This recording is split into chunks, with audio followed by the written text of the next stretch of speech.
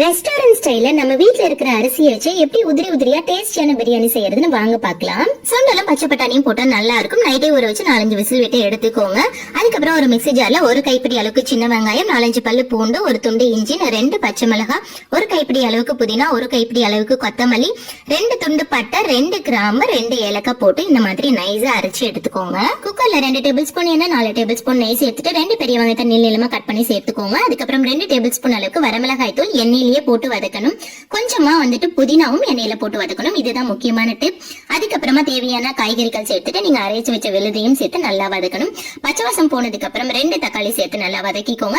அதுக்கப்புறம் அரிசியை நீங்க இதுலயே ஆட் பண்ணணும். தண்ணி சேர்க்கறதுக்கு முன்னாடி நல்லா வதக்கிட்டு அதுக்கப்புறம் தேவையான அளவுக்கு தண்ணி சேர்த்துட்டு உப்பு போட்டு கொஞ்ச நேரம் வேக வைக்கணும். உப்பு போட்டு வேக வச்சதுக்கு அப்புறமா தண்ணியும் அரிசியும் ஒன்னாகிற வரைக்கும் வச்சுட்டு அதுக்கப்புறமா நீங்க விசில் போட்டு ஒரே விசில்ல இறக்கி பாருங்க. டேஸ்டியான உதிரி உதிரியான பிரியாணி ரெடி.